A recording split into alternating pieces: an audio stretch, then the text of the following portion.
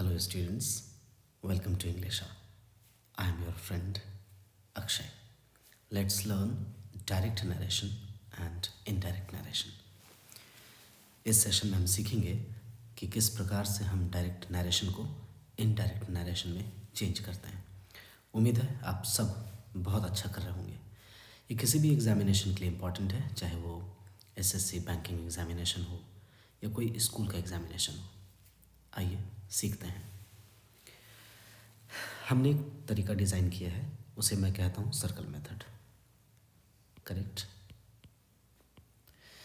ये मेरे खुद का ऑब्जर्वेशन है, इसका नाम है सर्कल मेथड और हम इसी मेथडोलॉजी से नरेशन बनाना सीखेंगे। सर्कल मेथड आपको SON 1 2 3 ये जो आप रूल पढ़ते हैं या सीखते हैं, इससे छुटकारा दिला देगा।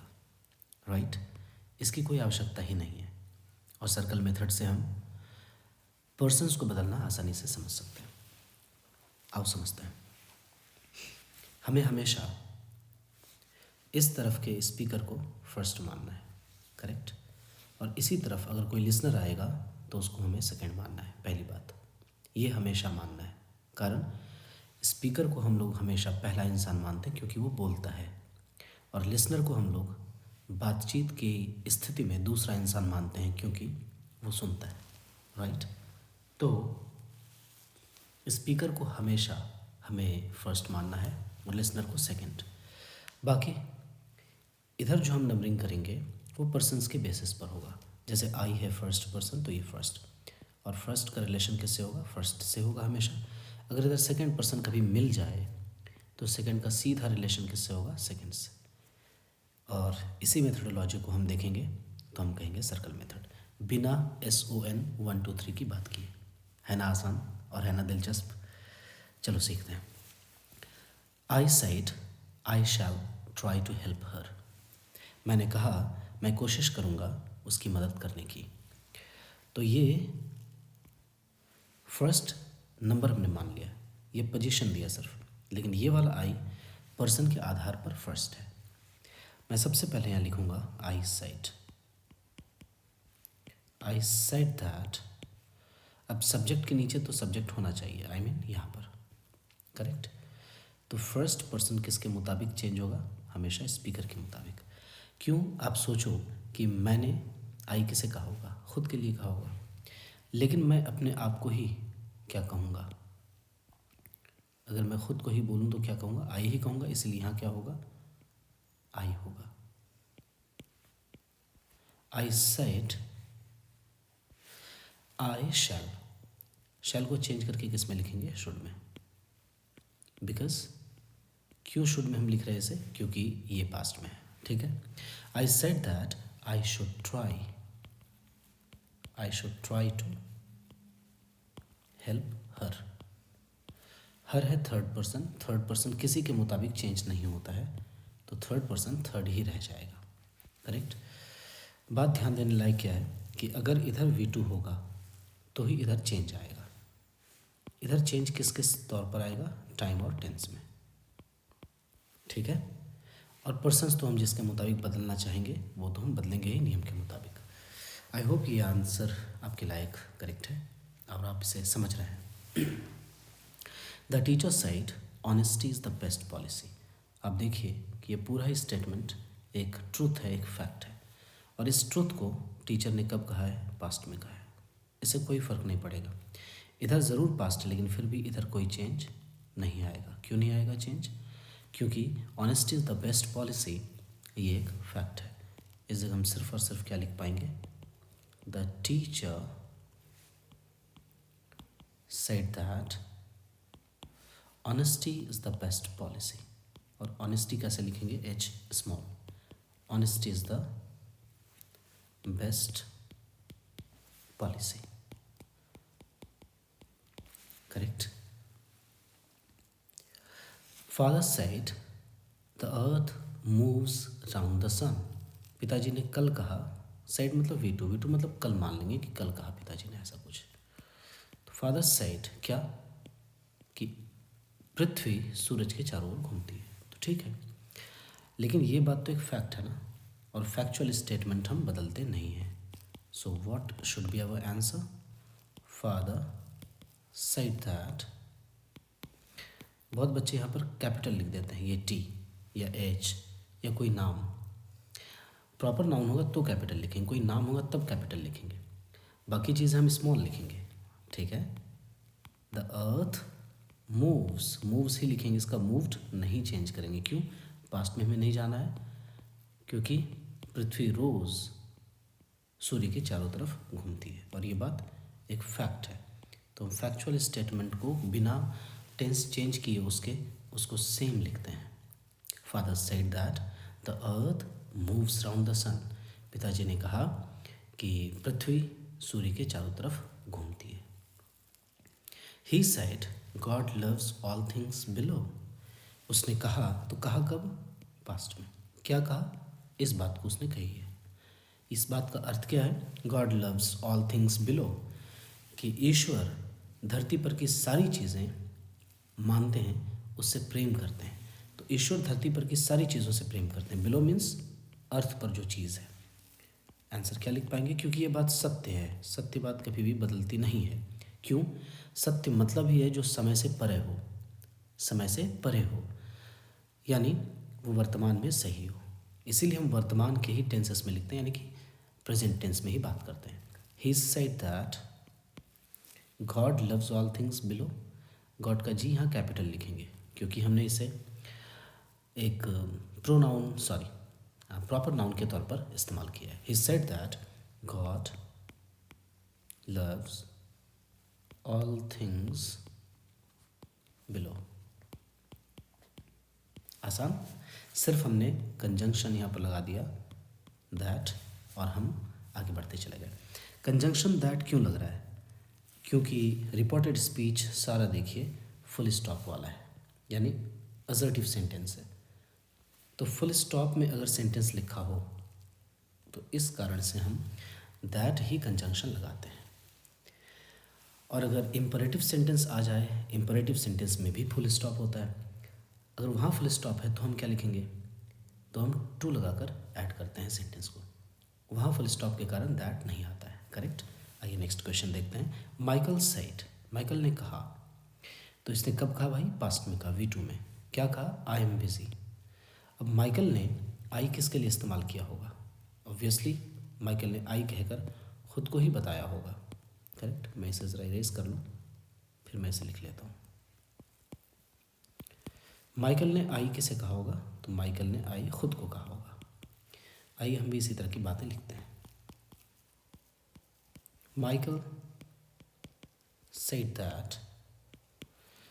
माइकल ने खुद को तो आई कहा, लेकिन माइकल को मैं क्या कहूँगा? क्योंकि मैं उसकी बात आज कर रहा हूँ, तो माइकल को मैं अपनी तरफ से ही कहूँगा. क्या कहूँगा? ही. इसीलिए यहाँ ही होगा. माइकल को मैं क्या कहकर रिफ़र करूँगा? कौन सा प्रोनाउन इसके लिए मैं इस्तेमाल करूँगा? क्योंकि माइकल मेरे से दूर है, तो माइकल को मैं कहूँगा ही. माइकल मेल है और सिंगुलर है, इसलिए ही होगा. Michael said that he was busy. क्यों? कल की बात है. कल की बात कैसे पता चली? तो इस सेड से पता चली.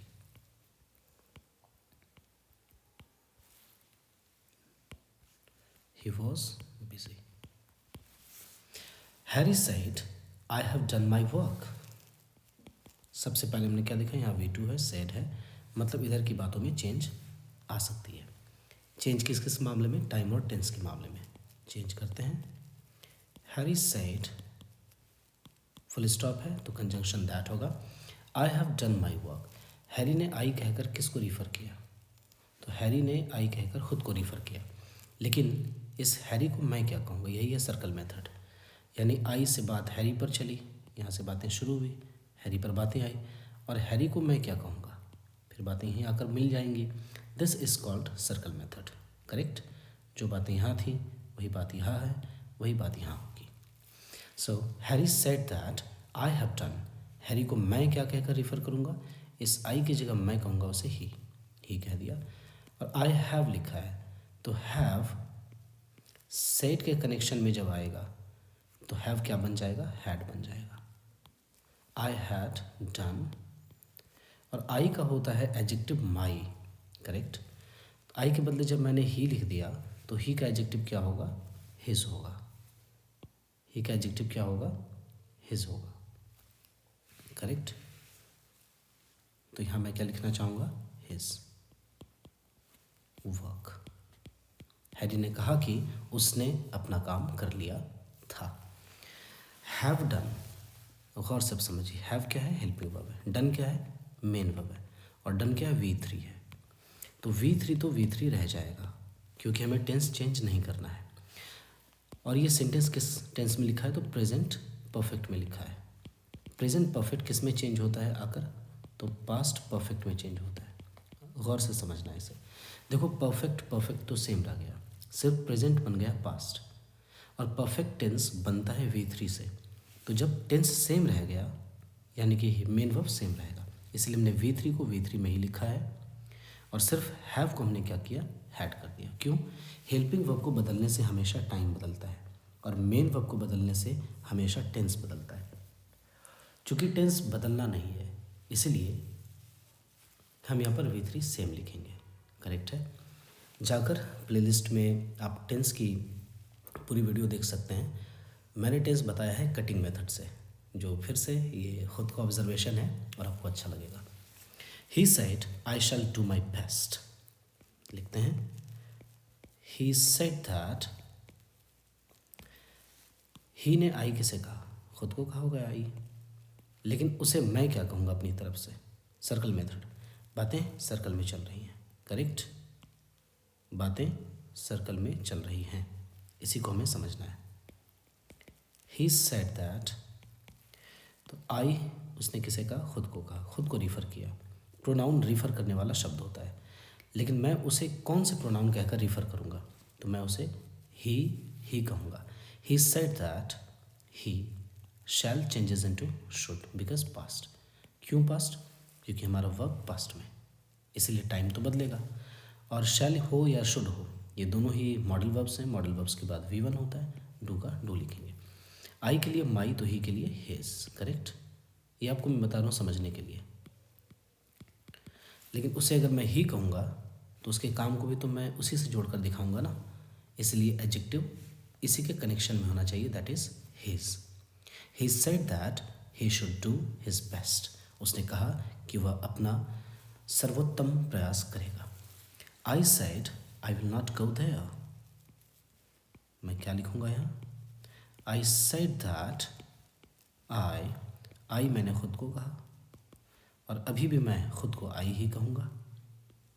तो आई सेड दैट आई विल किस में चेंज हो जाएगा, वुड में, सेड के प्रभाव में आकर। क्यों, हमने ये बात कल कही, तो जब कल कही है तो बातों में भी कल का टाइम तो दिखाएंगे, इसीलिए विल का पास्ट क्या हो जाता है, वुड, जिससे पता चलता है कि हमने ये तमाम बातें कल कही हैं। So I said that I would go there, there का देयर ही होगा, क्योंकि हियर का तो देयर चेंज होता है। हियर का देयर होता क्यों है, बोलने वक्त आप नज़दीक की चीज़ को नज़दीक बताते हैं, लेकिन जब 2 दिन बाद उसके बारे में आप बात करते हैं तो वो चीज़ आपके दिमाग से दूर चली जाती है, करेक्ट। इसीलिए आप हेयर को देयर में चेंज करते हैं, दिस इज़ द रीज़न। और स्पेलिंग भी आप गौर कर लें, हेयर, और इसी में हमने क्या लगा दिया, टी लगा दिया, और ये क्या बन गया, there. How simple it is. तो पूरे देयर में हेयर छुपा होता है, गौर से देख लो, ठीक है। He said the publisher likes me, अब यहाँ गौर से देखो, लाइक्स लिखा है मतलब V5 लिखा है। V1 हो या V5 हो, चेंज किस में होता है, इनडायरेक्ट नरेशन में V2 में, करेक्ट। इसको कट करेंगे और हम V2 में चेंज करेंगे। क्यों, लाइक्स से कौन सा टेंस बनता है, प्रेजेंट का इंडेफिनिट। और अगर इधर का सेंटेंस प्रेजेंट का कोई टेंस रहे, हम पास्ट के उसी टेंस में उसको लिख देते हैं, सिर्फ पास्ट में लिखते हैं, टेंस सेम रखते हैं। यानी कहने का अर्थ, प्रेजेंट इंडेफिनिट चेंज किस में होगा, पास्ट इंडेफिनिट में, प्रेजेंट कंटिन्यूअस पास्ट कंटिन्यूअस में, प्रेजेंट परफेक्ट पास्ट परफेक्ट में, और प्रेजेंट परफेक्ट कंटिन्यूअस चेंज होगा पास्ट परफेक्ट कंटिन्यूअस में। यानी यहाँ पर हमने देखा कि प्रेजेंट इंडेफिनिट में टेंस है, तो हम किस में इसे चेंज करना चाहेंगे, इसे हम चेंज करेंगे पास्ट इंडेफिनिट में। और प्रेजेंट इंडेफिनिट कहने का अर्थ हुआ V1 या V5, 2 वर्ब्स आते हैं इसमें। लेकिन पास्ट इंडेफिनिट का क्या अर्थ हुआ, V2, यानी हम इसे V2 में चेंज करेंगे। ही सेड दैट द पब्लिशर, उसने पब्लिशर की बात की है तो मैं भी बात करूँगा पब्लिशर की, क्योंकि मीनिंग तो बदल नहीं सकता। The publisher liked. अब एक बात है, लाइक करना एक परमानेंट एक्शन है, तो हम इसको नहीं भी बदलेंगे, अगर हम लाइक्स लिखेंगे तो भी करेक्ट है, क्योंकि आज तक वो उसे मानता है। और लाइक्ड भी अगर लिखेंगे तो बातें सिर्फ पास्ट में चली गई। दोनों ही आंसर करेक्ट है, एब्सोल्युटली करेक्ट है, ध्यान रखें आप। ही said that the publisher liked him, कि उसने आई कहकर तो खुद के लिए बात की। मी किसके लिए कहा होगा उसने, मी खुद के लिए कहा होगा इस इंसान ने, ही ने। लेकिन ही को मैं क्या कहूँगा, हिम कहूँगा ऑब्जेक्ट के तौर पर। क्यों, मी यहाँ ऑब्जेक्ट है, तो मी का फॉर्म ऑब्जेक्ट के तौर पर क्या होगा, ही के कनेक्शन में हिम होगा, इसलिए यहाँ हिम करेक्ट है। He said that the publisher likes him, the publisher liked him, both are correct. Mister Pandey said that Mr. Pandey said that you are logical. You किससे कहा, ये सेकंड पर्सन है, और सेकंड पर्सन किसके लिए आता है, लिसनर के लिए। लिसनर यहाँ एब्सेंट है, बहुत अच्छा क्वेश्चन है। तो लिसनर मैं मानूँ यहाँ किसे, किसने इस बात को सुनी है, मिस्टर पांडे ने जिससे भी कहा है यू आर लॉजिकल, तो यू यहाँ पर सुनने वाला आखिर है कौन। तो यहाँ या तो खुद को आप मान लीजिए यानी फर्स्ट पर्सन, या तो आप किसी थर्ड पर्सन को मान लीजिए, ऐसी ही मान्यता होती है। अक्सर लोग थर्ड पर्सन को मानते हैं। अब इसके कितने आंसर पॉसिबल हैं ये हम देखें। मिस्टर पांडे सेड दैट, अब मान लें आपने खुद को माना, तो आप क्या कहोगे अपने लिए, आई कहोगे, आई एम लॉजिकल। पहली बात, इसके आंसर कई तरीके से संभव है। Mister Pandey said that I am logical.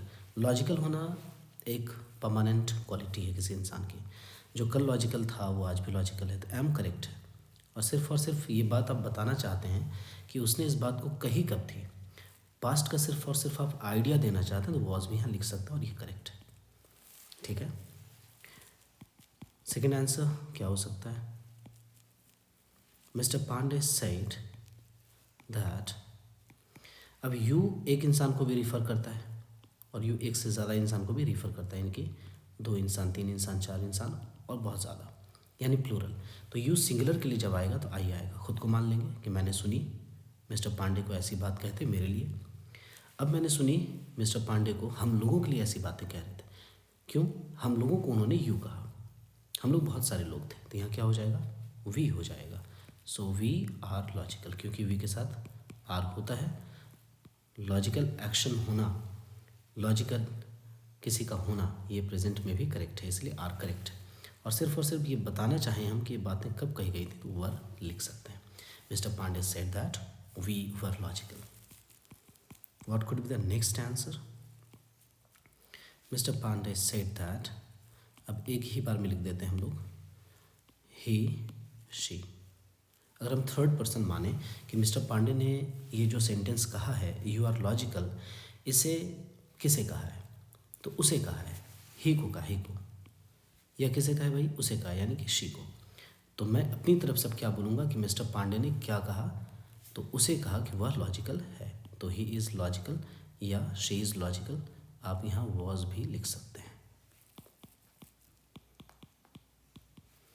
Correct है। और यू से फिर तो प्लूरल का भी सेंस आता है, तो हो सकता है कि थर्ड पर्सन में मिस्टर पांडे ने दे के लिए कहा हो, उन लोगों के लिए कहा हो कि आप सभी लॉजिकल हैं, आप सभी तार्किक हैं। So mister Pandey said that they are logical, they were logical. So all of these answers are correct. I hope you really enjoyed this video. Thank you so much. सीखते रहिए, जुड़े रहिए। जय हिंद, जय Bharat. Thank you so much.